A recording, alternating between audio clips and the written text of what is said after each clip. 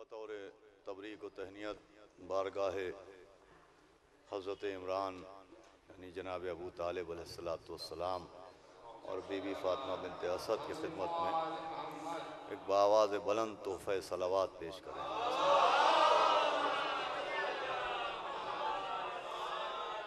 तमाम मासूमीन अलैहिमुस्सलाम खुसूसन हज़रत हुज्जत अलैहिस्सलाम की बारगाह में एक और बावाज़ बुलंद तोहफ़े सलावात पेश करें। औज़ु बिल्लाहि स्समीइल अलील अज़ीम मिनश शैतानिर रजीम बिस्मिल्लाहिर रहमानिर रहीम अल्हम्दुलिल्लाहि रब्बिल आलमीन अस्सलातु वस्सलाम अला सय्यदिना व नबियना व शफ़ीअना व तबीब क़ुलूबिना व मौलाना व मुक़्तदाना अबिल क़ासिम मुहम्मद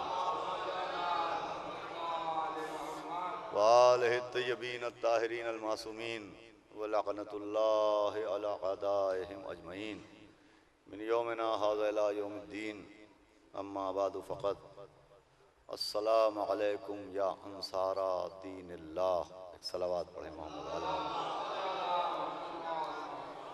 मोहम्मद। सबसे पहले तो आमद गालिब कुल्ल गालिब मतलूब कुल्ल तालिब मौलाना हज़रत अली इब्न अबी तालिब अलैहिस्सलाम मुबारकबाद आप सब की तरफ से बारगाह हज़रत अबुल फ़ज़ल अब्बास अलैहिस्सलाम में पेश की जाती है। और फिर यह अहम ऐलान आपके सामने करना मकसूद है कि 15 रजब को शहर की क़दीम महफ़िल जो जामअत तबलीग हमारे मौलाना आलिम साहब मरहूम के मदरसे में 15 रजब को मुनक़िद होती थी, इमसाल 17 रजब को ज़ेर निगरानी बरादरान हुज्जतुल इस्लाम मौलाना जाफ़र अब्बास साहब क़िबला वो महफ़िल अपनी शान व शौकत के साथ जामअत तबलीग मुफ्तीगंज में मुनक़िद होगी। आप तमाम हज़रात से कसीर तादाद में शिरकत की गुजारिश है। एक सलावत पढ़ दे मोहम्मद। आइए हाजी हज़रात, सिर्फ इत्माम हुज्जत और हुसूल सवाब की गरज से चंद कलिमात आपकी खिदमत में अर्ज़ करने के लिए मैंने आम तौर पर महाफिल में जिन आयात या जिन हदीस को उन्वान कलाम करार दिया जाता है उनसे हट के एक ऐसे फ़िक्रे की तिलावत का शरफ़ हासिल किया जो हम व आप जब मौला हुसैन अलैहिस्सलाम की ज़ियारत पढ़ चुकते हैं, शहज़ादे जनाब अली अकबर अलैहिस्सलाम की ज़ियारत पढ़ने के बाद जब असहाब इमाम हुसैन अलैहिस्सलाम की ज़ियारत की तरफ मुतवज्जे होते हैं और ज़ियारत के ज़रिए उनकी बारगाह में तोहफ़े सलाम पेश करते हैं, तो जो ज़ियारत असहाब इमाम हुसैन अलैहिस्सलाम पढ़ी जाती है उसमें इस तरह के मुसलसल कई फ़िक्रे हमारे आपकी ज़बान पर जारी होते हैं, जिसका एक फ़िक्रा मैंने आपके सामने तिलावत किया कि अस्सलामु अलैकुम या अंसारा दीनिल्लाह, कि ए अल्लाह के दीन के नासिरों आप पर हमारा सलाम हो। अस्सलामु अलैकुम या अंसारा रसूलिल्लाह, ए अल्लाह के रसूल के नासिरों आप पर हमारा सलाम। मुसलसल फ़िक्रे होते हैं कि अमीरुल मोमिनीन अलैहिस्सलाम के नासिरों, ए बीबी फ़ातिमा ज़हरा सलामुल्लाहि अलैहा के नासिरों, ए मौला हसन व मौला हुसैन के नासिरों आप पर हमारा सलाम। देखिए अभी थोड़ी देर में वाज़ेह हो जाएगा कि मैंने इस फ़िक्रे को आपके सामने इस महफ़िल में इस क़सीदा ख़ानी के लिए क्यों मुंतख़ब किया। सिर्फ शर्त आपकी तवज्जो है कि हम जब इमाम हुसैन के असहाब को सलाम करते हैं तो यूँ उनको असहाब कहते हैं, इमाम हुसैन का असहाब कहते हैं, लेकिन जब ज़ियारत के ज़रिए उनकी बारगाह में तोहफ़े सलाम पेश करते हैं तो असहाब को असहाब कह के सलाम नहीं करते, असहाब को अंसार कह के सलाम करते हैं। ज़ियारत इमाम हुसैन अलैहिस्सलाम के असहाब की है, उन्हें असहाब इमाम हुसैन भी कहते हैं हम, लेकिन जब ज़ियारत पढ़ते हैं तो ये ज़ियारत हमारी आपकी जहन की ईजाद नहीं है, ये ज़ियारत के फ़िक्रे ज़बान मासूम से हम तक पहुँचे हैं। जो तरीक़े ज़ियारत मासूम ने तालीम फरमाया है उसी तरीक़े से हम उनको ज़ियारत के ज़रिए सलाम भेजते हैं, सलाम करते हैं। तो हम इमाम हुसैन को ज़ियारत में असहाब कहते हैं, लेकिन ज़ियारत में असहाब कह के सलाम नहीं करते, अंसार कह के सलाम करते हैं। अब असहाब व अंसार का फ़र्क यह है कि जो साथ रहते हैं वो असहाब हैं जो मुसीबत में साथ देते हैं वो अंसार हैं। सलावात भेजे मोहम्मद वाले मोहम्मद। बहुत तवज्जो सुनिएगा, साथ रहने वालों को असहाब कहते हैं और वक्त मुसीबत साथ देने वालों को अंसार कहते हैं। जो साथ रहे वो सहाबी है, जो साथ दे वो नासिर कहलाता है। नासिर की जमा अंसार है, सहाबी की जमा असहाब है। तो इमाम हुसैन के असहाब को ज़ियारत में अंसार कहना खुद इस बात की दलील है कि बारगाह मासूम में जो रुतबा साथ देने वालों का होता है वो साथ रहने वालों का नहीं होता। इसीलिए खुद मौला हुसैन ने भी फरमाया था कि जैसे मुझे मिले मेरे नाना को भी न मिले। अब नाना और नवासे में फ़र्क ये था कि नाना को साथ रहने वाले मिले, नवासे को साथ देने वाले मिले। सलावात पढ़े मोहम्मद वाले मोहम्मद पर। भाई बाबा से बुलंद सलावात पढ़ें तो भाई मोमिनीन के कबूर भी मौजूद हैं, लिहाजा सलवात तो बाबा से बुलंद होना चाहिए ताकि फ़र्क रहे कि ज़मीन के नीचे कौन है और ज़मीन के ऊपर कौन है। सलावात बाबा से बुलंद है। तो आप सुने, जो मर्तबा अजीज़ों साथ देने वाले का होता है वो साथ रहने वालों का नहीं होता। इसीलिए मौला ने कहा था जैसे मुझे मिले मेरे नाना को भी नहीं मिले। नाना को साथ रहने वाले मिले थे, नवासे को साथ देने वाले मिले। इसका मतलब बारगाह मासूम में सोहबत की वो अहमियत नहीं है जो नुसरत की अहमियत है। सहाबी और नासिर का फ़र्क यह है कि सहाबी जब किसी का सहाबी होता है तो सहाबी होने से सहाबी को फ़ायदा होता है, जिसका सहाबी होता है उसे फ़ायदा नहीं होता। हम मुतवज्जो हो जाए, सहाबी होने से सहाबी का फ़ायदा है लेकिन जिसका सहाबी हो उसका फ़ायदा नहीं। पैगंबर ने ज़ुलअशीरा में ऐलान इस्लाम किया, अब तादाद सहाबा बढ़ी, ज़ुलअशीरा से तादाद बढ़ना शुरू हुई, 2 से 10 हुए, 10 से 1000 हुए, 1000 से लाख हुए, गदीर आते आते लाखों असहाब हो गए। तो ये जो नबी के असहाब हुए और जो नबी के सहाबी कहलाए, तो सहाबी होने से सहाबियों को फ़ायदा मिला है, नबी को कोई फ़ायदा नहीं मिला है। जो नबी का सहाबी होता गया, जो बेज़र था उसे ज़र मिल गया, जो बेघर था उसे घर मिल गया, जो बेसुकून था उसे सुकून मिल गया, जो बेइज्जत था उसे इज्जत मिल गई। भाई सहाबी होने से सहाबियों को फ़ायदा मिला है। मुझे बताइए नबी को क्या मिला? जब 10 थे तो क्या मिला? जब 1000 थे तो क्या मिला? जब लाख हुए तो क्या मिला?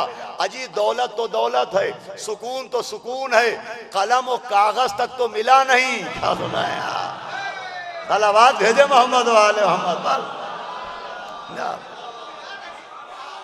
सहाबी होने से सहाबी को फायदा है लेकिन जिसका सहाबी होता है उसे फायदा नहीं होता।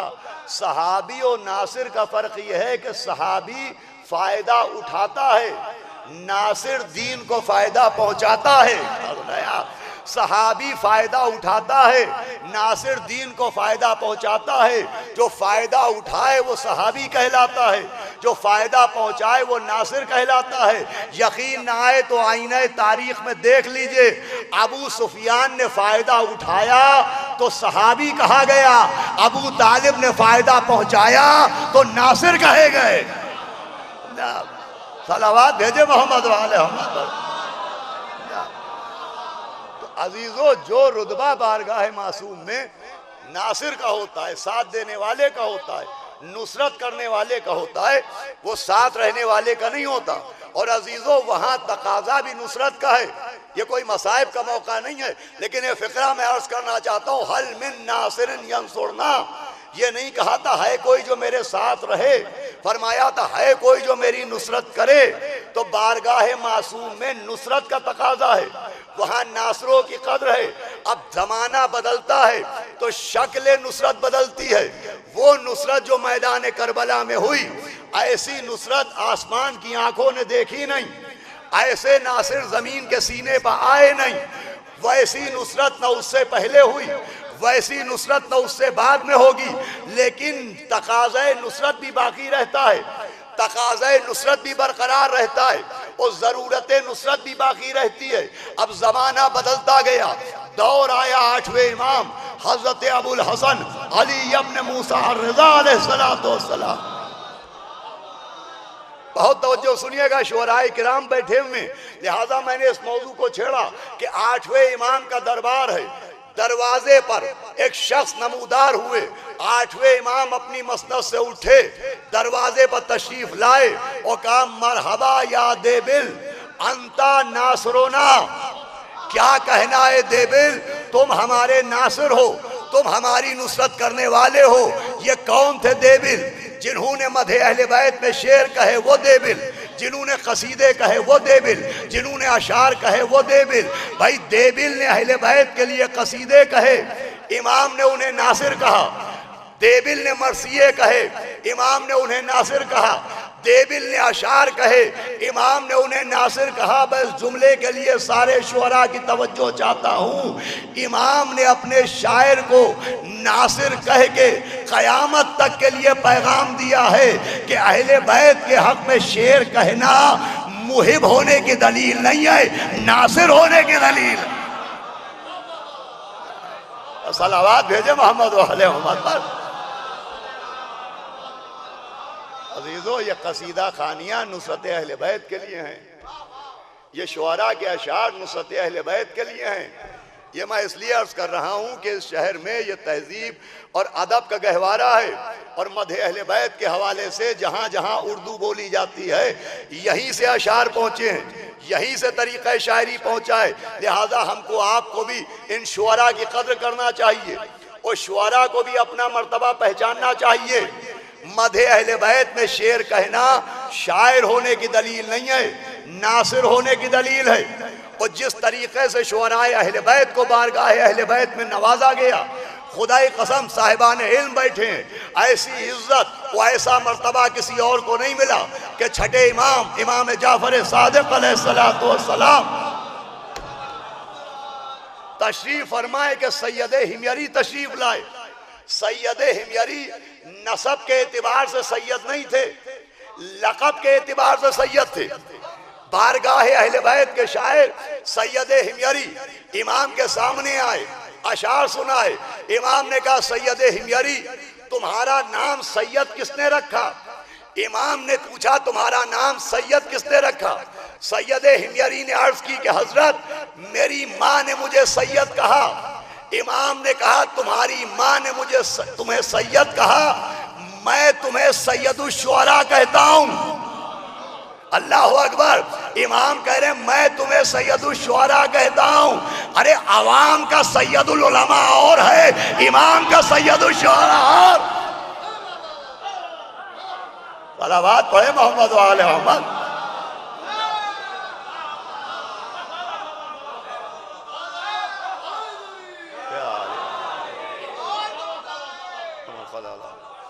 देखिए मौला तूल उम्र अता फरमाए हमारे हैदर नवाब साहब को और वो तमाम अफराद जो 60 प्लस हो चुके हैं, जो 60 साल से ज़्यादा के हो चुके हैं और उसके बावजूद दाद देते हैं, तहसीन देते हैं, हौसला बढ़ाते हैं। मौला इनकी उम्र में भी इजाफा फरमाए, इनको सेहत कामला अता फरमाए।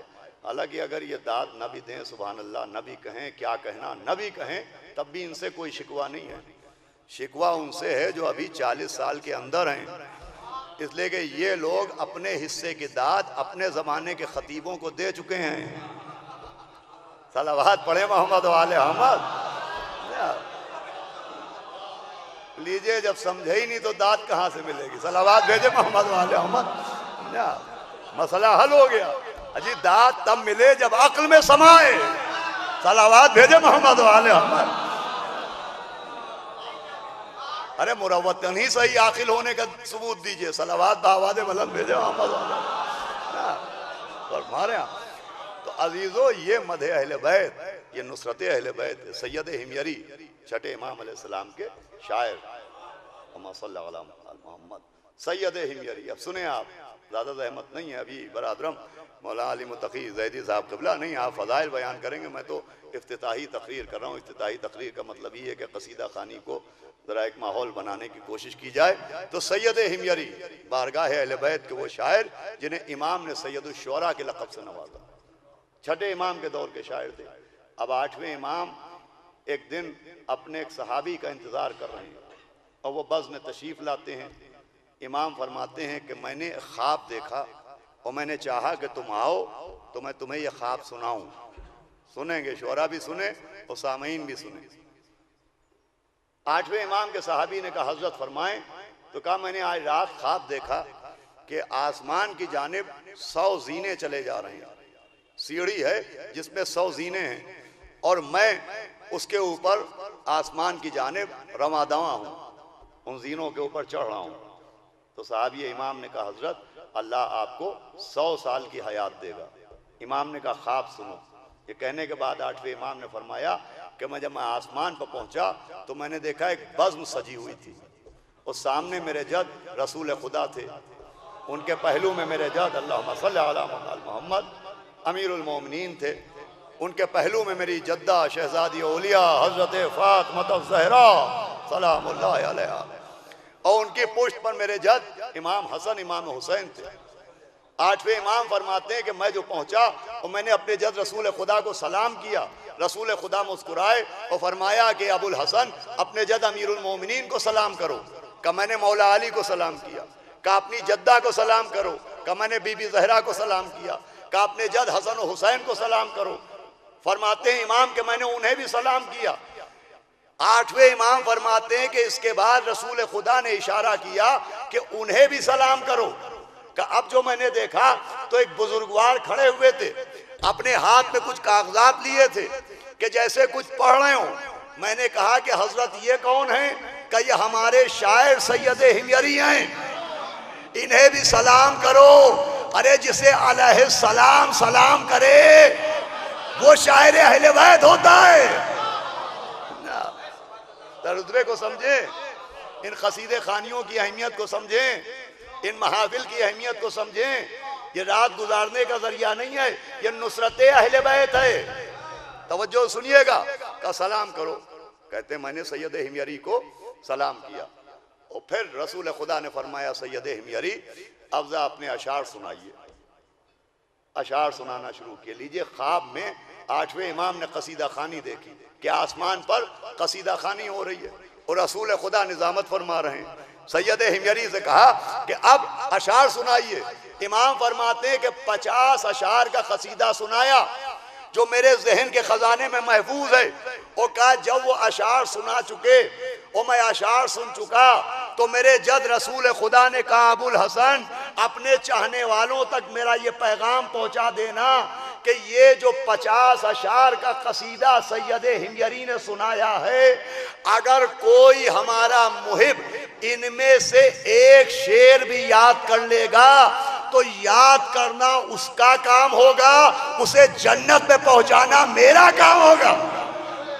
अल्लाह अकबर। फरमाया अगर एक शेर भी याद कर लेगा तो याद करना उसका काम, उसे जन्नत में ले जाना मेरा काम। कौन?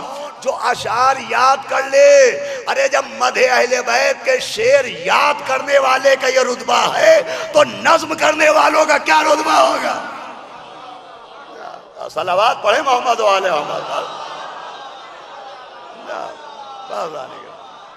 ये मसला तो ये मैं इसलिए अर्ज कर रहा हूँ कि ये सबसे कदीम महफिल है इस शहर की। और कसीदा खानियों की तरफ जैसे अल्हम्दुलिल्लाह मजलिसों से आपकी दिलचस्पी बाकी है और जिस खुलूस के साथ जिस नियत के साथ उसमें आते हैं, उसी तरह से अजीज़ों ये कसीदा खानियाँ भी हो जो शुअराए अहले बैत हैं। और खुद शुअरा को भी अपना मर्तबा पहचानना चाहिए, खुद शुअरा को भी अपनी अहमियत समझना चाहिए। ये शायरी नहीं है, ये अहले बैत की नुसरत है। और शुअराए अहले बैत को बारगाह अहले बैत से जितना नवाजा गया है उतना खुतबा को नहीं नवाजा गया है। देखिए ये मैं कह रहा हूँ, हालांकि खुतबा की भी अहमियत है, ऐसा नहीं है कि वो बिल्कुल वहाँ सिफर है, उसकी भी अहमियत है। मगर जो अहमियत शायर अहले बैत की है वो खतीबों की नहीं है। ऐसा नहीं कि उस दौर में खतीब नहीं थे। अरे खतीब मंबर सलूनी के सदक़े का खतीब था तिरम्मा इब्ने अदी। बस सुनिए मैं तमाम कर रहा हूँ, वो तिरम्मा इब्ने अदी कि जिन्हें मौलाए कायनात ने अपना कासिद बना के अपना खत दे के हाकिम शाम मलून के दरबार में भेजा। और जब तिरम्मा इब्ने अदी पहुंचे तो कालीन के ऊपर चलने से पहले अपनी नालैन उतार के अपनी जेब में रख ली। तो हाकिम शाम ने कहा कि तिरम्मा इब्ने अदी, आप परेशान न होइए, नालैन पहन के आइए, अगर कालीन मैला हो जाएगा तो हम साफ करवा लेंगे। तिरम्मा इब्ने अदी मुस्कुराए का, मुझे तेरे कालीन की फिक्र नहीं है, मुझे फिक्र यह है कि कहीं लूटी हुई दौलत से खरीदा हुआ कालीन अगर मेरी नालैन पड़ जाए तो मेरी नालैन नजिस ना हो जाए। मुझे कालीन की फिक्र नहीं है, अपने नालैन की फिक्र है। वो खतीब तिरम्मा इब्ने अदी, देखिए रिजवान रज़ा साहब भी आ गए, खतीबों की बात है ना। और इनका कद बहुत तवील था। जनाब तिरम्मा इब्ने अदी का कद जो था, अरब के लोग यूं भी 6 फुट के होते हैं कम से कम, ये उससे भी ज़्यादा 7 फुट के थे, तो हाइट बहुत थी। तो अब जो तिरम्मा इब्ने अदी ने ये कहा कि मैं कालीन साफ करवा लूँगा, हाकिम शाम ने कहा, और तिरम्मा इब्ने अदी ने कहा मुझे तेरे कालीन की फिक्र नहीं है, मुझे फिक्र यह है कि मेरी नालैन नजिस ना हो जाए। तो उसने जल के उनके कद पर तंज किया, उनकी कामत पर तंज किया और कहा, अच्छा तिरम्मा इब्ने अदी ये बताओ कि आसमान की भी कोई खबर है? तो तिरम्मा इब्ने अदी ने कहा, बिल्कुल ताज़ा खबर है। कहा, क्या खबर है? कहा, अल्लाह के फरिश्ते तुझ पर और तेरे बाप पर लानत कर रहे हैं। सलावत भेजे मोहम्मद वाले अहमद।